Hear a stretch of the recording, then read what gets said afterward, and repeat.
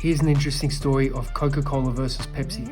In 1981, when Pepsi was the new kid on the block, PepsiCo went into shopping malls and held blind taste tests between its own recipe and its well-established competitor Coca Cola. To a lot of people's own surprise, they chose Pepsi as the better tasting cola. In 1983, Coca-Cola's market share had dropped from 60% in the 1940s to around 24%, mainly due to its top competitor, Pepsi. Coca-Cola then came up with what they thought was a brilliant strategy, to change their cola recipe to copy the Pepsi formula.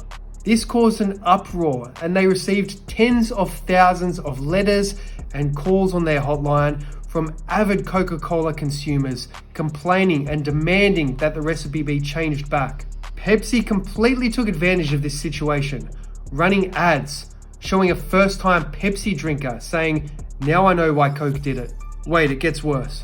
Coca-Cola then branded the new recipe to New Coke and brought back the original recipe and called it Coke Classic.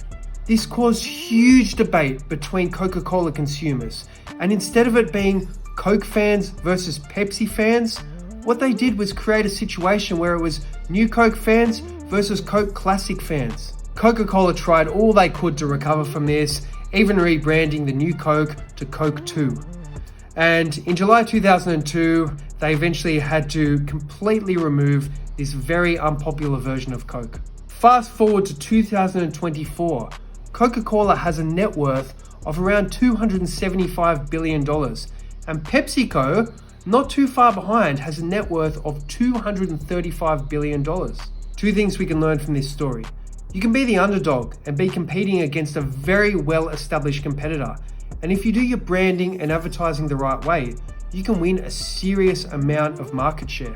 And number two, it doesn't matter if you make mistakes with your marketing and your advertising. You can always recover from this, change up your strategy, and succeed.